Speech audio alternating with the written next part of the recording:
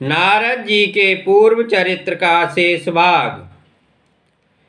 ज्ञान का अनुभव भक्ति से होता है। संत तुकाराम महाराज कहते हैं कि मैंने अपनी आँखों से अपना मरण देखा है, अपने आत्मस्वरूप को निहारा है। मन ईश्वर में लगा हो और ईश्वर स्मरण करते करते शरीर छूट जाए तो मुक्ति मिलती है। मन को ईश्वर का स्मरण कराने के लिए जप बगैर कोई साधन नहीं है। जब जीभ से जप करो तभी मन से स्मरण करना ही चाहिए। सारा जीवन जिसके पीछे गया होगा वही अंतकाल में याद आएगा। अंतकाल तक मेरा जप चलता रहा। जब जप की पूर्णाहुति नहीं होती, भजन की समाप्ति नहीं होती। शरीर की समाप्ति के साथ ही भजन की समाप्ति। जीवन के अंत तक भजन करना। अंतकाल में राधा कृष्ण का चिंतन करते मैंने शरीर का त्याग किया। अपनी मृत्यु मैंने प्रत्यक्ष देखी। मुझे मृत्यु का कष्ट नहीं हुआ। इसके बाद मैं ब्रह्मा जी के यहाँ जन्मा। पूर्व जन्म के कर्मों का फल मुझे इस जन्म में मिला। मेरा नाम नारद रखा गया। पूर्व जन्म में किए गए भजन से मेरा मन स्थिर हुआ है। मेरा मन संसार की ओर जाता ही नहीं। अब मेरा मन चंचल नहीं होता। अब तो मैं सतत परमात्मा का दर्शन करता हूँ। एक दिन मैं गोलोक धाम में गया, जहाँ सत्य रामलीला होती है। वहाँ श्री राधा कृष्ण का मुझे दर्शन हुआ। मैं कीर्तन में तन्मय हुआ। श्री कृष्ण कीर्तन में मुझे अति आनंद हुआ। प्रसन्न होकर राधा जी ने मेरे लिए प्रभु से सिफारिश की कि नारद जी को प्रसाद दें। श्री कृष्ण जी ने मुझे प्रसाद दिया। व्यास जी ने पूछा, प्रसाद में प्रभु ने तुम्हें क्या दिया? नारद जी ने कहा कि प्रसाद में प्रभु ने मुझे यह तमूरा दिया। प्रभु ने मुझे कहा, कृष्ण कीर्तन करते करते जगत में भ्रमण करो और मुझसे जुदा हुए अधिकारी जीवों को हमारे पास लाओ। संसार प्रवाह में बहते हुए जीवों को हमारी ओर लाओ। भगवान को कीर्तन भक्ति अति प्रिय है। यह बीड़ा लिए मैं जगत में भ्रमण करता हूँ, नाद के साथ कीर्तन करता हूँ। अधिकारी जीवों को या कोई योग्य चेला मिले तो उसे प्रभु के धाम में ले जाता हूँ। मुझे रास्ते में ध्रुव मिला, उसको प्रभु के पास ले गया। मुझे प्रहलाद जी मिले तो उनको प्रभु के पास ले गया। ऐसे जो भक्त मिले उन्हें मैं प्रभु के पास ले गया। जो कोई भक्त मिलते हैं उनको प्रभु के पास ले जाता हूँ। सत्संग से मैंने भागवत कथा सुनी, श्री कृष्ण कथा सुनी। फिर मैंने कीर्तन किया और प्रेमलता को पुष्ट किया। अब तो जब मैं इच्छा करूं तभी कन्हैया मुझे झांकी देता है। मेरे साथ कन्हैया नाचता है। संत नामदेव महाराज जब कीर्तन करते थे उस समय श्री विट्ठलनाथ जी नाचते थे।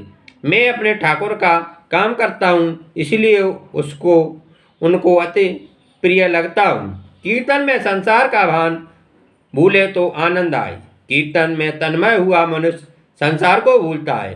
कीर्तन संसार संबंध छूटता है और प्रभु के साथ संबंध बंधता है। संसार का ध्यान छोड़ने का प्रयत्न करो। कीर्तन में आनंद कब आता है? जब जीव से प्रभु का कीर्तन, मन से उसका चिंतन करेंगे और दृष्टि से उसके स्वरूप को देखेंगे, तभी आनंद आएगा। कलयुग में नाम कीर्तन करने से पाप जलते हैं, हृदय शुद्ध होता है, परमात्मा हृदय में समाता है, परमात्मा की प्राप्ति होती है। अतः कथा में कीर्तन होना ही चाहिए। कीर्तन बिना कथा परिपूर्ण नहीं होती। कलयुग में स्वरूप सेवा जल्दी नहीं फलती, स्मरण सेवा अर्थात नाम सेवा तुरंत फलती है। हे व्यास जी, इस सब का मूल सत्संग है। सत्संग की यह बड़ी महिमा है। जो सत्संग करता है वही संत बनता है। श्री कृष्ण कथा से मेरा जीवन सुधरा है। कृष्ण कथा सुनकर मुझे सच्चा जीवन मिला है। कथा सुनकर वैराग्य करो और स्वभाव को सुधारो। संयम बढ़ाकर ज़्यादा भजन करोगे तो सफलता जरूर मिलेगी। नारद जी व्यास जी से कहते हैं, आप मुझे जो मान देते हैं यह सत्संग का मान है। सत्संग से ही जीवन में मान के योग्य हुआ हूँ।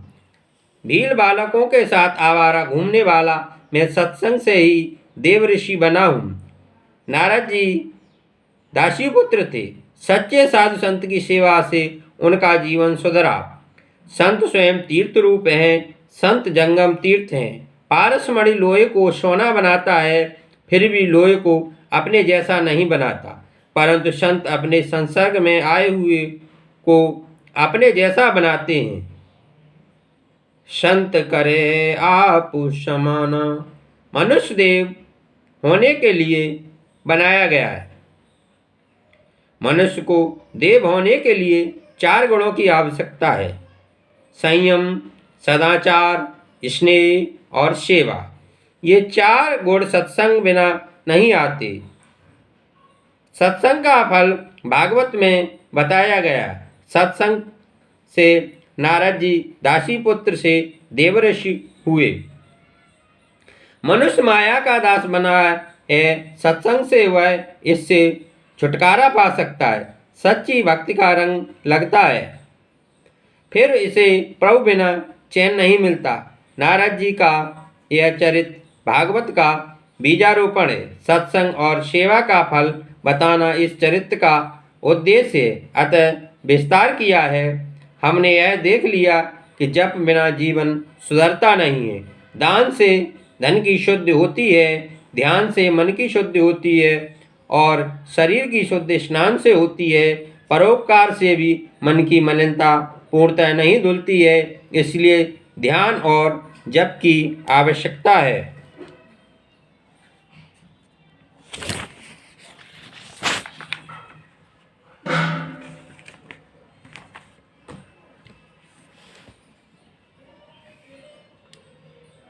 जप करने वाले की स्थिति कैसी होनी चाहिए?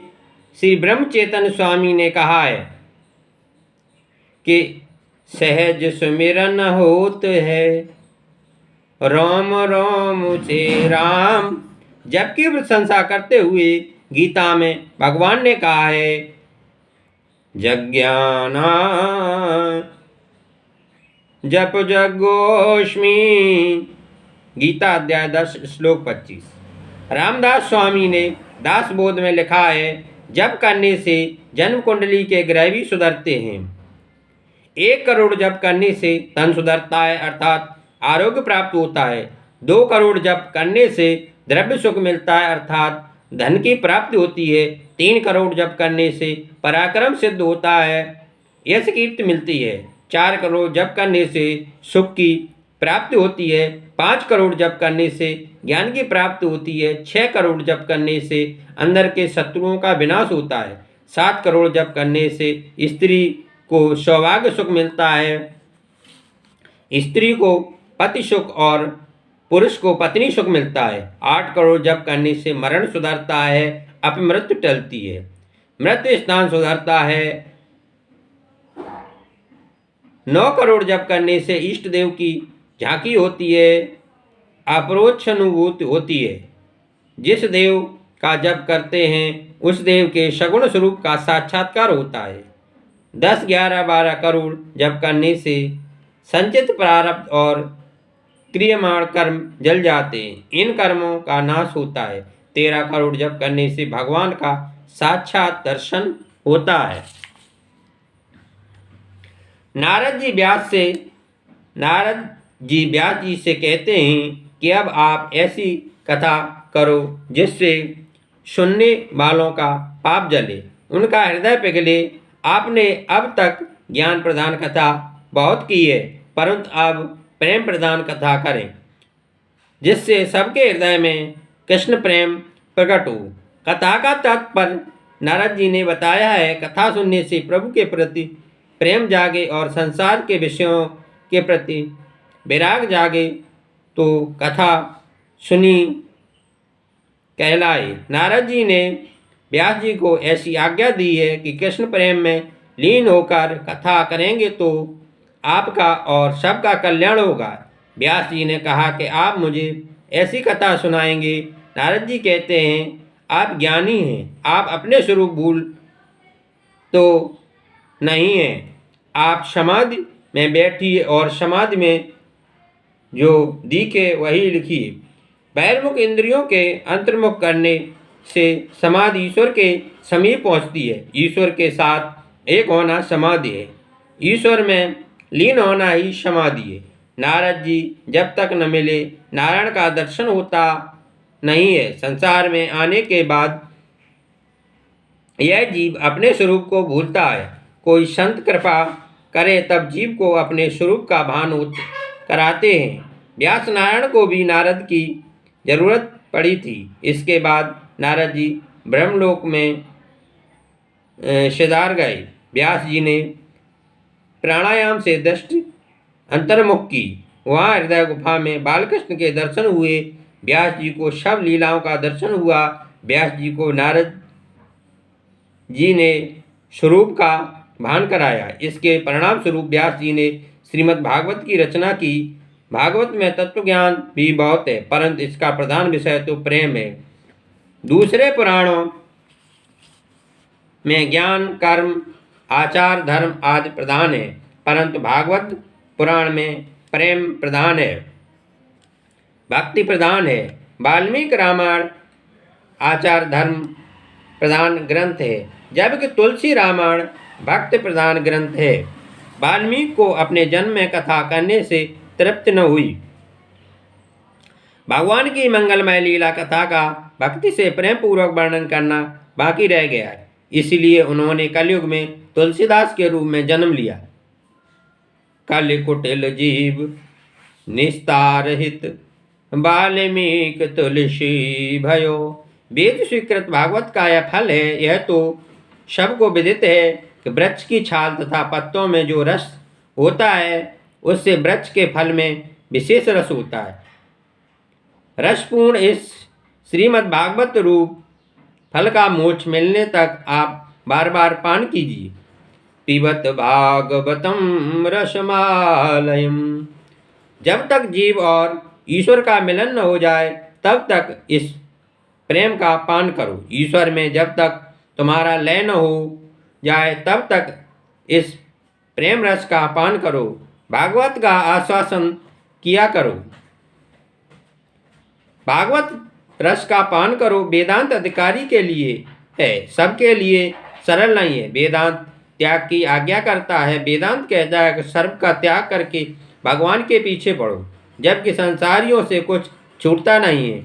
ऐसों के उद्धार के लिए कौन सा उपाय है? हाँ, ये उपाय है। त्याग न कर सको तो कोई हर्जा नहीं, परंतु अपना सर्वस्व ईश्वर को समर्पण करो और अनासक्त रहकर ही उसे भोगो।